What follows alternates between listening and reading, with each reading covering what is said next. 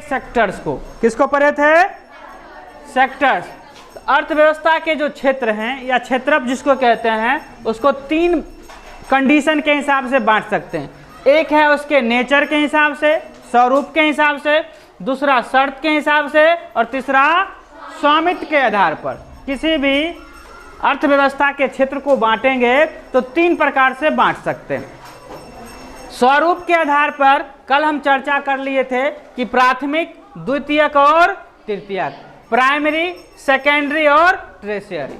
Primary, secondary और ट्रेशियरी sectors होते हैं, ये 3 क्षेत्र होते हैं। तो आप लोग बताइएगा कि खेती किस सेक्टर में आएगा? प्राइमरी में आएगा। और नौकरी हाँ ट्रेशियरी में आएगा, तृतीयक में आएगा। ठीक है। और कोई बिस्कुट फैक्ट्री खोले हुए है तो किस में आएगा? सेकेंडरी में आएगा। मतलब प्राथमिक क्षेत्र उसे कहते हैं जहां उत्पादन होता है, जैसे कि खेती करना, पशुपालन करना, मछली पालन करना, कुक्कुट पालन करना, ये सब कौन सा सेक्टर होगा? बताइए। कोई खनन कर रहा है, जमीन खोदकर कोयला निकाल रहा है, नदी से बालू निकाल रहा है, वो कौन सा सेक्टर होगा? प्राइमरी सेक्टर होगा, क्योंकि वहां से उत्पाद क्या हो रहा है? शुरू हो रहा है। वहां से उत्पाद। आप मिठाई खा रहे हैं, मिठाई जहां से आया हुआ कौन सा सेक्टर होगा? सेकेंडरी होगा। मिठाई जहां से आया है बनकर, वह क्या हो जाएगा? और जिस दुकान से खरीदें वो क्या हो जाएगा?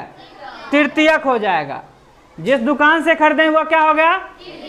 तृतीयक क्षेत्र सेवा का होता है। वह ना उत्पादन करता है न ही बनाता है, ना ही उत्पादन करता है और ना ही उसको बनाता है। उत्पादन करने का काम कौन करेगा? Primary sector.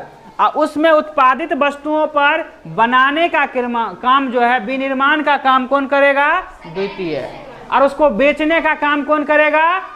तो जितनी भी नौकरी है, पुलिस हो गया, डॉक्टरी हो गया, आर्मी हो गया, एयरफोर्स, नेवी, कोई भी सेना हो गया, ये सब कौन सेक्टर में आएगा? तृतीयक क्षेत्र में। किस में आएगा? कोई दिक्कत? यातायात परिवहन किस में आएगा? तृतीयक में आएगा। यातायात परिवहन किस में आएगा? जैसे कि आलू आप उपजाते हैं तो किस क्षेत्र में आएगा? आलू से चिप्स बन गया, किस में आएगा? अब उसको दुकान पर बेच दिए, किस में आएगा? गाय से दूध निकालना है, कौन सेक्टर होगा? और दूध से मिठाई बना देना, अब बने हुए मिठाई को दुकान पर बेच देना। समझ में आ गया? किसी के मन में कोई प्रश्न? कोई भी काम को इस 3 ढंग से बांटेंगे। अब देखिए शर्त के हिसाब से, शर्त के हिसाब से ऑर्गेनाइज हो गया और अनऑर्गेनाइज हो गया। एक संगठित क्षेत्र और दूसरा असंगठित क्षेत्र उसे कहते हैं जिसमें टाइम, छुट्टी, वेतन ये सब फिक्स होता है। जिसमें समय फिक्स होता है, उसका वेतन भी फिक्स होता है और उसमें छुट्टी भी फिक्स होता है, उसे क्या कहते हैं? संगठित क्षेत्र। कैसे किसान का टाइम फिक्स होता है, कब खेती करना है, किस में चला जाएगा? हम नौकरी करते हैं, हमारा टाइम फिक्स है ना, 9 बजे स्कूल आना है, 4 बजे 20,000 वेतन मिलेगा, साल में 16 को छुट्टी मिलेगा, ये फिक्स है ना। तो ये जो किस क्षेत्र में आ जाएगा? मतलब आप बताइए कि कोई कॉलेज जो है कौन क्षेत्र में आएगा? संगठित में आएगा। और कोई कोचिंग अगर बृहत स्तर पर चल रहा है, उसका रजिस्ट्रेशन है, उसमें कई स्टाफ्स हैं, मैनेजर, डायरेक्टर है, तो बृहत स्तर पर चल रहा है तो उसमें भी टाइम पर आएगा, टाइम पर जाएगा। जिसमें टाइम टेबल और वेतन मेंशन किया जाता है वह सब संगठित होगा। लेकिन गांव में जो कोचिंग चल रहा है वह किस में हो जाएगा? खेती किस में हो जाएगा? पशुपालन असंगठित हो जाएगा, नहीं हो जाएगा। कोई रेलवे में नौकरी करता है, कौन क्षेत्र होगा? तो संगठित क्षेत्र, समझ गए? जिसमें समय फिक्स है, छुट्टी फिक्स है, वेतन फिक्स है। जैसे कि कोई खेती करने जाएगा, कोई दुकान खोली हुई, किराना का दुकान खोली हुई मैसारी चौक पर, कौन सा सेक्टर होगा? क्योंकि 9 बजे खोलेगा कि पौने 9 बजे खोलेगा कि 9:30 बजे खोलेगा, गारंटी है? उसके मन पर निर्भर करता है। छुट्टी है तो 8 बजे चले जाएंगे, कोई काम है तो 10 बजे जाएंगे, नहीं जाएंगे। तो जिसमें समय और उसकी कितनी आमदनी होगी फिक्स है। लेकिन हम स्कूल में आते हैं पढ़ाने के लिए तो हमारा वेतन फिक्स है ना, इस महीना का कितना आएगा, अगले महीना कितना आएगा, फिक्स है ना। तो जहाँ वेतन निर्धारित है, समय निर्धारित है और छुट्टियाँ, हम 16 से ज़्यादा सीएल ले सकते हैं? नहीं ले सकते हैं, छुट्टियाँ भी। लेकिन हमारा दुकान खोलना है, मन हुआ घूमने का, 10 दिन चल गए शिमला घूमने के लिए, दार्जिलिंग, कोई रोकेगा? कोई रोक सकता है? लेकिन नौकरी में अगर हम 16 से ज़्यादा छुट्टी लेंगे तो वेतन क्या हो जाएगा? कट जाएगा, रोकेगा, हम सस्पेंड हो सकते हैं, नौकरी जा सकती है। तो ये क्या हो गया? नौकरी जितना भी है वह कौन सा सेक्टर हो गया? संगठित। और जिसमें टाइम टेबल मेंशन नहीं किया जाता है, कोई जरूरत नहीं है, लेट भी होगा सवेर भी होगा तो कोई मतलब नहीं है, तो किस में चला जाएगा? इस आधार पर समझे? कोई दिक्कत इस आधार पर समझने में कि नहीं को? अब देखिए, स्वामित्व के आधार पर, किसके आधार पर? स्वामित्व के आधार पर 4 क्षेत्र में बांटा गया है। जब भी आप कोई काम करते हैं तो सरकारी होता है, क्या होता है? या तो क्या होता है? प्राइवेट होता है। जैसे हम अपना कोचिंग खोले हुए हैं तो कौन सा होगा? निजी क्षेत्र होगा। स्कूल में आके पढ़ा रहे हैं तो कौन सा क्षेत्र हो गया? इसमें कोई नहीं पढ़ सकता है, लेकिन कोई कोचिंग हमारा है तो कोई भी पढ़ा सकता है? नहीं पढ़ा सकता। दुकान हमारा है तो कोई भी खोल सकता है? नहीं खोल सकता है। तो देखिए, सार्वजनिक क्षेत्र उसको कहते हैं जो सरकार के द्वारा संचालित किया जाता है। किसके द्वारा? हाँ, गवर्नमेंट के द्वारा संचालित किया जाता है। तो कौन सा क्षेत्र हो गया? सार्वजनिक क्षेत्र। किसको क्या, उसको क्या कहेंगे? जो किसी व्यक्ति का अपना है, जैसे कपड़ा दुकान हो गया, कोचिंग हो गया, छोटा स्कूल हो गया, किराना दुकान हो गया, ये सब कौन सा क्षेत्र होगा? पशुपालन किस में आएगा? निजी में। खेती किस में आएगा? मुर्गा पालन किस में आएगा? सरकार का नियंत्रण है इस पर? कितना बड़ा फॉर्म बनेगा, कोई नियंत्रण है? 10 मुर्गी पाले कि 50 मुर्गी पाले, कोई नियम है उसका? तो ये सब निजी क्षेत्र हो गया। अब देखिए, संयुक्त क्षेत्र किसको कहते हैं? किन्हीं को समझ में आया संयुक्त क्षेत्र? कौन बोल सकते हैं, बताइए? किन्हीं को पता है?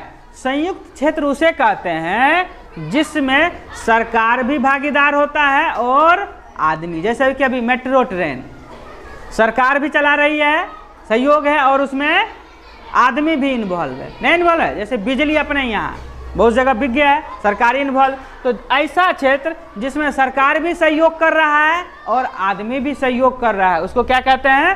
संयुक्त क्षेत्र। क्या कहते हैं? संयुक्त। समझ में आ गया? जैसे बहुत सारे हॉस्पिटल में बहुत सारी सुविधाएं दी गई है जिसमें सरकार का भी सहयोग है और आदमी, दोनों मिलकर पार्टनरशिप पे काम कर रहा है, तो उसको क्या कहते हैं? सहयोग। जिसको ज्वाइंट वेंचर कहा जाता है, इंग्लिश में क्या कहते हैं? Joint venture. ठीक है, इसको कहते हैं प्राइवेट और इसको कहते हैं गवर्नमेंट सेक्टर। तो गवर्नमेंट सेक्टर में सरकारी नियंत्रण होगा और प्राइवेट सेक्टर में किसका नियंत्रण होगा? व्यक्ति विशेष का नियंत्रण होगा। जैसे कि आप मोबाइल यूज करते हैं, कितने महीना इसमें रिचार्ज कराना होगा, जियो कंपनी तय करता है, एयरटेल तय करता है, नहीं करता है? वोडा तय करता है, सरकार तय करता है? नहीं करता है। तो उसको कहते हैं निजी क्षेत्र। और जिसमें सरकार तय करता है, इसका कॉलेज का फीस, स्कूल का फीस, कोई आदमी तय करता है, ये सरकारी क्षेत्र हो गया। और ज्वाइंट वेंचर में दोनों मिलकर करता है, ज्वाइंट वेंचर में दोनों। सहकारी किसे कहते हैं? सहकारी क्षेत्र वह होता है जो आदमी, बहुत सारे आदमी के समूह के द्वारा होता है, लेकिन सरकारी नियंत्रण होता है, सरकार उसकी देख रेख करता है। जैसे कि अपने गांव में क्या खुला हुआ है? स्वयं सहायता समूह। क्या खुला हुआ है?